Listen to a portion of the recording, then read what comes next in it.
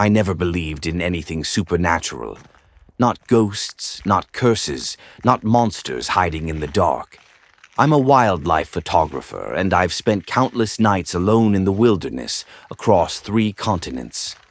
I've had close calls with bears, I've been stuck in storms, I've even had a mountain lion circle my tent once. But nothing, absolutely nothing, prepared me for what I encountered in November of 2023 on the Navajo Nation border in northern Arizona. Now, as I begin narrating the story, it would be helpful if you could like the video and subscribe to my channel. It really helps me a lot. So I was out there for a 3-week assignment, documenting nocturnal wildlife for a conservation project. The location was perfect, remote, untouched, miles from the nearest town. I'd set up camp near a dried riverbed, surrounded by juniper trees and red rock formations that looked like ancient sentinels in the moonlight. The locals I'd spoken to before heading out had been strange, polite but distant. One older man at a gas station had asked me exactly where I was going. When I told him, he just shook his head and said, "Don't whistle at night. Don't call out if you hear your name, and if something doesn't feel right, it isn't." I'd laughed it off, thought it was just local superstition, maybe trying to spook the outsider. I'd heard about Skinwalker legends before, vaguely. Something about Navajo witches that could transform into animals. It seemed like folklore, the kind of story you tell around campfires. I wasn't worried. The first week was perfect. I got incredible footage. Coyotes, kit foxes, even a bobcat. The silence out there was profound, the kind that makes you aware of your own heartbeat. But on the 8th night, things started to feel off. It began with the sounds. I was in my tent, reviewing footage on my laptop around 11 p.m., when I heard footsteps. Not animal footsteps. Human footsteps. Slow, deliberate, circling my campsite. I froze, listening. Out there, you always assume it's an animal first, but these were different. The rhythm was wrong. The weight distribution, it sounded bipedal. I grabbed my flashlight and unzipped my tent, shining the beam into the darkness. Nothing. The footsteps stopped the instant I opened the tent. I called out, "Hello? Anyone there?" My voice sounded small, swallowed by the vast emptiness around me. No response. Just the wind moving through the junipers, making them whisper and sway. I convinced myself it was an animal, maybe a deer, and went back inside, but I couldn't shake the feeling that something had been watching me. The next night, it happened again.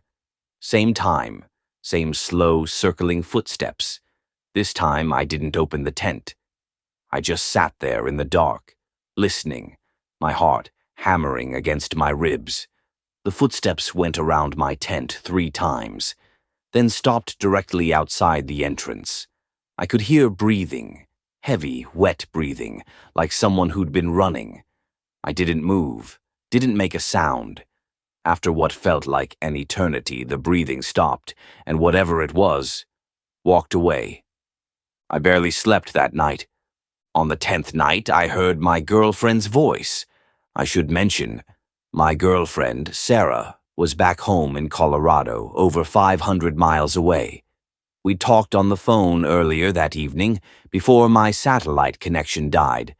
So when I heard her voice outside my tent around midnight, calling my name, I knew something was very, very wrong. "Jake, Jake, are you awake?" It was her voice. Exactly her voice.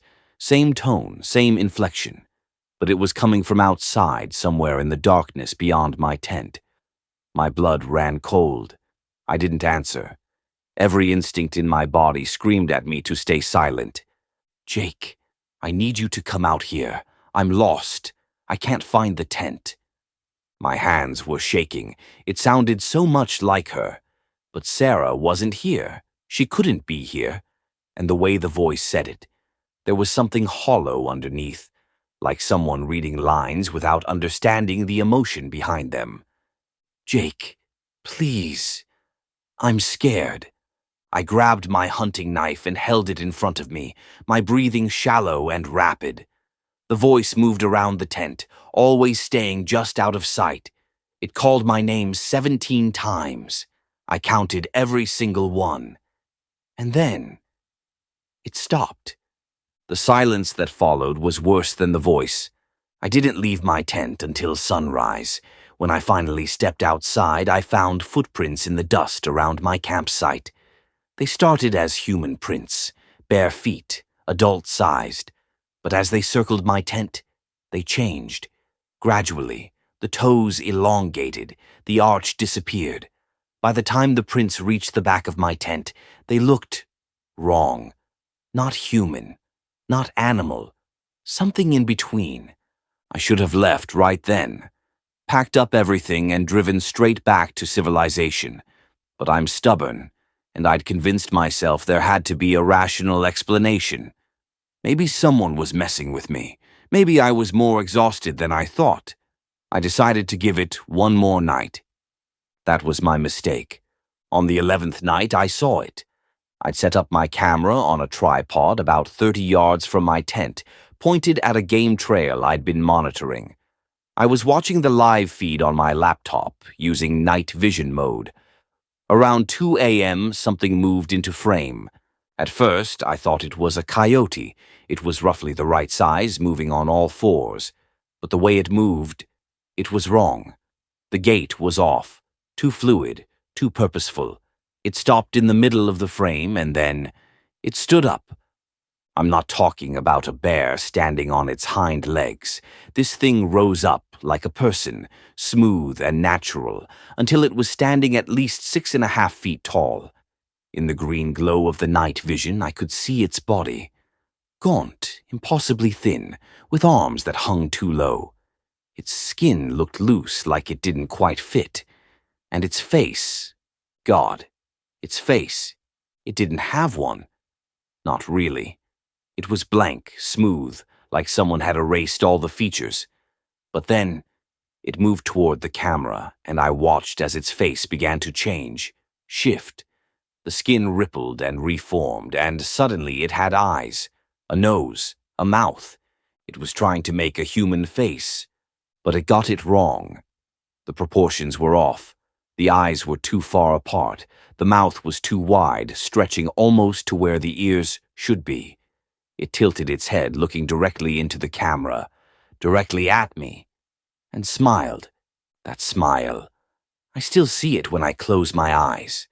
I slammed the laptop shut, my entire body shaking uncontrollably. I could hear it outside now, moving closer to my tent. The footsteps were faster now, excited. It knew I'd seen it. And then it started making sounds, mimicking sounds. First, it was Sarah's voice again, then my mother's voice, then my best friend from college, then people I hadn't thought about in years. It cycled through them rapidly, desperately, like it was trying to find the right one to make me come outside. The voices overlapped, creating this horrible chorus that didn't sound human anymore. And then it started scratching at the tent. Long, slow scratches, dragging down the fabric. I could see the material bending inward with each stroke. I grabbed my keys, my phone, my knife. I left everything else. I knew if I didn't run right then, I wasn't going to make it out. I unzipped the back of my tent as quietly as I could and crawled out. The thing was still on the other side, still scratching, still making those voices. I ran. I didn't look back. I just ran through the darkness toward where I'd parked my truck, stumbling over rocks and roots, my lungs burning. I heard it behind me. Not footsteps anymore. Something faster. Something that sounded like it was running on all fours and 2 legs at the same time. I reached my truck, fumbled with the keys, and threw myself inside. The moment I slammed the door, something hit the side of the vehicle so hard the whole frame shook. I didn't look. I started the engine and drove. I drove on that dirt road going 50 miles an hour in complete darkness, not caring if I crashed, just needing to get away. I didn't turn on my headlights until I was back on the paved highway 15 miles later. When I finally stopped at a gas station just after sunrise, I sat in the parking lot and called Sarah. She answered, groggy and confused. I asked her what she'd been doing all night. She said she'd been asleep since 10 p.m. I never went back for my equipment. I reported it all as stolen. The whole setup was worth about $12,000, and I didn't care. I wasn't going back there. Not for anything. About a week later, I got a package in the mail. No return address. Inside was my camera's memory card, the one from the tripod. Just the memory card, nothing else. I haven't watched what's on it. I threw it in a drawer, and it's still there. Sometimes late at night, when I'm alone, I hear scratching at my window. I live on the 4th floor of an apartment building. There's nothing outside my window but air. But I hear it anyway. And sometimes I hear Sarah's voice calling my name from the other room, even when she's standing right next to me. I don't go into the wilderness anymore. I don't take night shoots. I changed careers entirely. I work in an office now, surrounded by people and artificial light, because I know what's out there. I know it's real. And I know that it followed me home. Now, if you enjoyed this narration, I'd request you to subscribe to my channel. I'll post more such narrations regularly. Also, comment and let me know if you have any horror recommendations for me to narrate in the upcoming videos. Thank you, and I'll see you soon.